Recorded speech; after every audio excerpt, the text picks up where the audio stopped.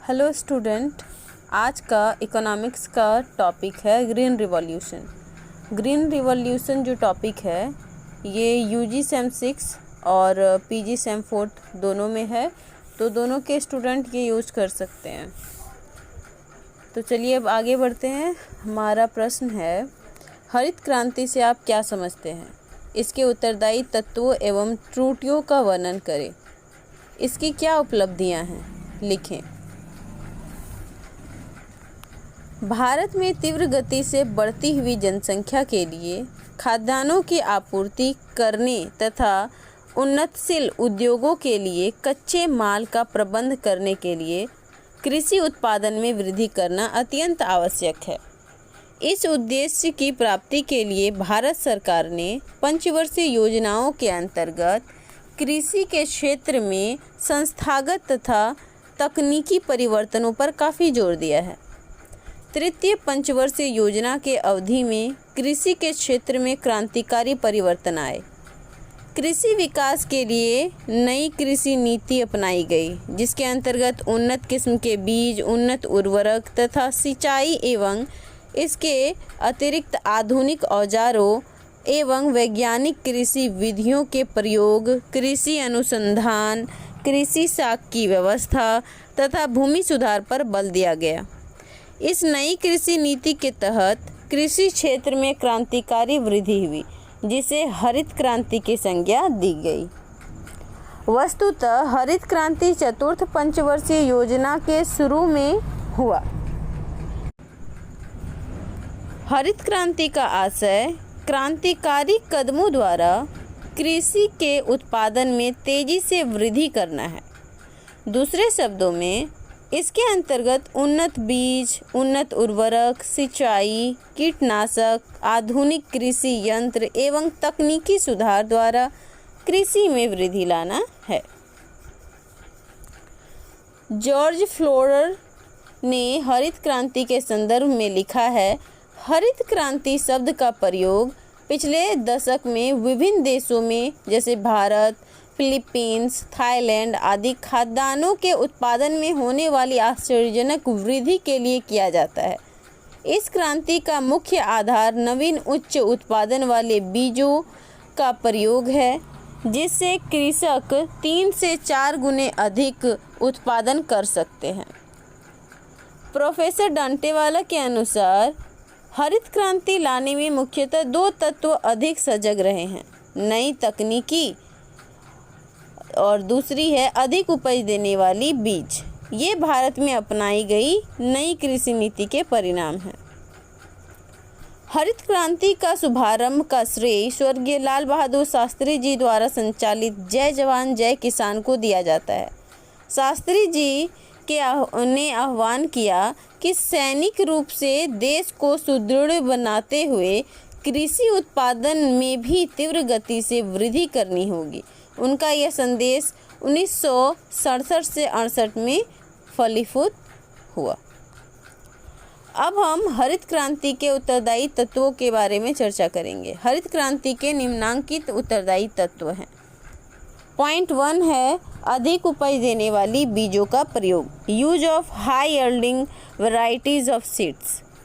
हरित क्रांति को लाने में सबसे अधिक महत्वपूर्ण तत्व उन्नत किस्म के बीज का प्रयोग है। इन बीजों में धान में RR8, साबरमती, जमुना, कृष्णा, रत्ना, जया, विजय, JR20, गेहूं में सेनारा 64, लरमा सेजा 64A, कल्याण सेजा 227, मक्का में गंगा आदि का काफ़ी तेज़ी से प्रयोग में फलस्वरूप उत्पादन में काफ़ी वृद्धि हुई। पॉइंट 2 है रासायनिक उर्वरकों के प्रयोग में वृद्धि। हरित क्रांति लाने में रासायनिक खादों की प्रमुख भूमिका रही है। कृषि के क्षेत्र में रासायनिक खादों का प्रयोग भी काफ़ी तेज़ी से बढ़ा। रॉकफेलर फाउंडेशन में लिखा है, रासायनिक उर्वरक प्रयोग भारत में तीव्र एवं अधिक रूप से हुई है। 1970-71 में रासायनिक खादों का कुल उपयोग 2.18 मिलियन टन था, जो बढ़कर 1985-86 में 8.14 मिलियन टन और 1986-87 में 9.11 मिलियन टन हो गया। पॉइंट 3 है सिंचाई की पर्याप्त सुविधा। सिंचाई की सुविधा के अंतर्गत हरित क्रांति में परिवर्तन हुई है। इस कार्यक्रम के विस्तार के साथ साथ सिंचित क्षेत्रों को बढ़ाना आवश्यक है। इस कार्यक्रम के अंतर्गत लघु सिंचाई योजना को अत्यधिक महत्व दिया गया है। 1970 से 71 में 20.7 मिलियन हेक्टेयर भूमि तथा 1985-86 में यह बढ़कर 36.4 मिलियन हेक्टेयर भूमि की सिंचाई हुई। पॉइंट 4 है बहुफसली कार्यक्रम। बहुफसली कार्यक्रम का उद्देश्य एक ही भूमि पर 2 या 2 से अधिक फसलें उत्पादित करना तथा कृषि के उत्पादन में तीव्र गति से वृद्धि करना है। ऐसी फसलें विशेष रूप से धान, मक्का और बाजरा में प्रचलित की गई हैं। यह कार्यक्रम 1967-68 में प्रारंभ हुआ। वर्तमान समय में भारत के कुल सिंचित क्षेत्र का 65% भाग में यह कार्यक्रम लागू है। पौधा संरक्षण। कृषि विकास के अंतर्गत पौधा संरक्षण को महत्वपूर्ण स्थान प्राप्त है। इसके अंतर्गत भूमि संबंधी तथा फसलों पर दवाई छिड़कने का कार्य किया जाता है। अब तक 14.3 लाख हेक्टेयर भूमि में यह कार्यक्रम लागू है। पॉइंट 6 है आधुनिक कृषि उपकरणों का प्रयोग। वर्तमान कृषि क्रांति में आधुनिक कृषि उपकरणों ने महत्वपूर्ण योगदान दिया है। इन यंत्रों के अंतर्गत tractor, thresher, harvester, bulldozer, pump सेटों, नलकूपों, कटाई की मशीनों आदि का प्रयोग बढ़ा है, जिससे कृषि उत्पादन में काफ़ी वृद्धि हुई है। पॉइंट 7 है सघन कृषि कार्यक्रम। खाद्यान्नों को अल्प समय में पूरा करने की दृष्टि से सघन कृषि कार्यक्रम अपनाया गया था, जिसे पैकेज योजना कहा जाता है। इस कार्यक्रम से खाद, बीज, कीटनाशक, दवाइयाँ, पौधा संरक्षण कार्यक्रम आदि का प्रयोग बढ़ा, जो कृषि उत्पादन वृद्धि में सहायक हुआ। पॉइंट 8 है कृषि शिक्षा एवं अनुसंधान। कृषि शिक्षा एवं अनुसंधान के प्रयास का प्रभाव भी हरित क्रांति पर तेजी से पड़ा। 1960 में पतन नगर में कृषि विश्वविद्यालय की स्थापना हुई तथा वर्तमान समय में 21 कृषि विश्वविद्यालय हैं। पॉइंट 9 है कीटनाशक दवाइयों का प्रयोग। नवीन कृषि नीति के अंतर्गत सरकार कीटनाशक दवाइयों का तथा पौधों की रक्षा के लिए उपकरण तैयार करने के लिए तेजी से कदम उठा रही है। 1983-84 में 72,000 टन कीटनाशक औषधियों का प्रयोग हुआ था, जो वर्तमान समय में यह बढ़कर 98,000 टन कीटनाशक औषधियों का प्रयोग हुआ। पॉइंट 10 है कृषि शाख की पर्याप्त सुविधा। देश में कृषि शाख की पर्याप्त सुविधा पर विशेष बल दिया गया है। इसके लिए रिजर्व बैंक, सहकारी बैंक, क्षेत्रीय ग्रामीण बैंक आदि किसानों को शाख की सुविधा प्रदान करने में प्रयत्नशील है। कृषि शाख की सुविधाओं के विस्तार ने भी कृषि उत्पादन में वृद्धि कर हरित क्रांति को सफल बनाने में योगदान दिया है। अब हम हरित क्रांति की कमियां या आलोचनाओं को देखेंगे।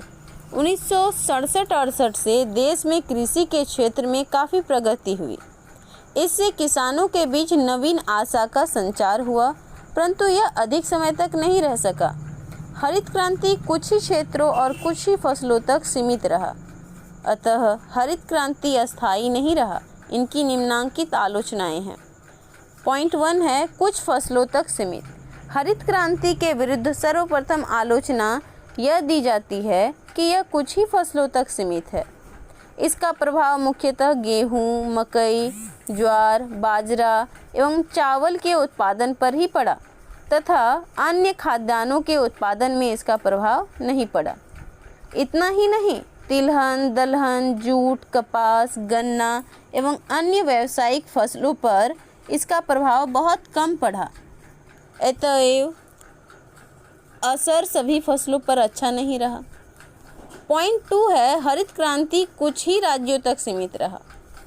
हरित क्रांति कुछ ही राज्यों तक सीमित रहा। यह मुख्यतः पंजाब, हरियाणा, उत्तर प्रदेश, आंध्र प्रदेश, महाराष्ट्र एवं तमिलनाडु के कुछ भागों तक ही सीमित रहा। अतएव देश का बड़ा भाग इससे वंचित रहा एवं क्षेत्रीय असंतुलन में वृद्धि हो गई। पॉइंट 3 है, आर्थिक विषमता में वृद्धि। हरित क्रांति के लाभ मुख्यतः मध्यम एवं बड़े किसानों को प्राप्त हुए हैं, क्योंकि उनके पास उन्नत बीज, रासायनिक खाद, कृषि मशीन आदि खरीदने के लिए पर्याप्त साधन है।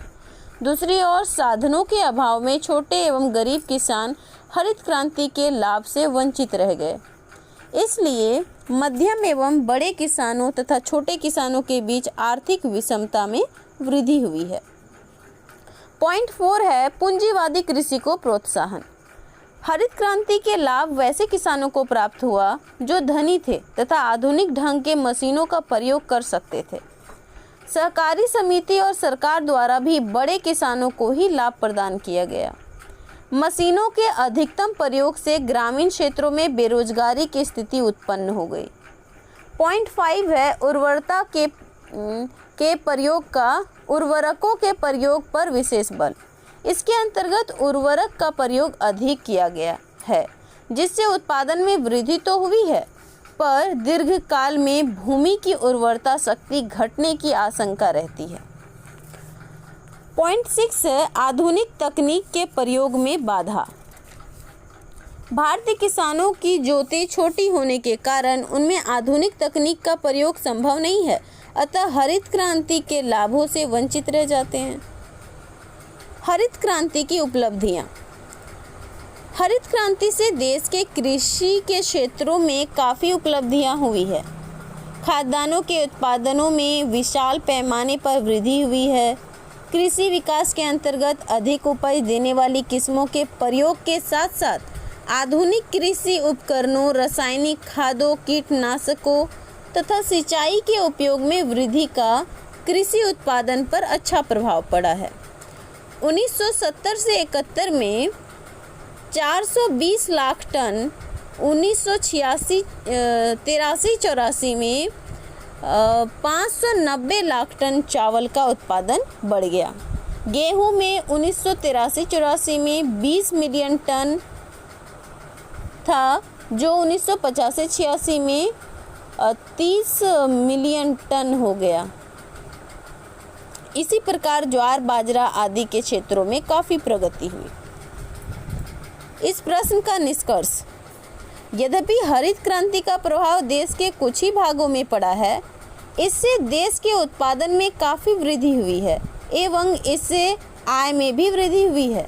परंतु भारत गाँव का देश है। यहाँ गाँव में छोटे, बड़े एवं मध्यम प्रकार के किसान रहते हैं। गाँव में अधिकांश किसान छोटे हैं, उनके जोत का आकार छोटा है, इसलिए उन्नत बीज, खाद एवं आधुनिक तकनीकी का प्रयोग नहीं कर पाता है।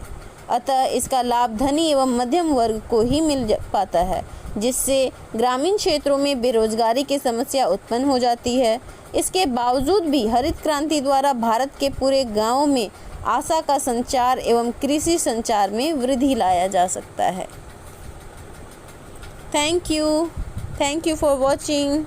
अगर आप मेरे चैनल पे नए हैं तो सब्सक्राइब करें, कमेंट करें for more videos. Thank you.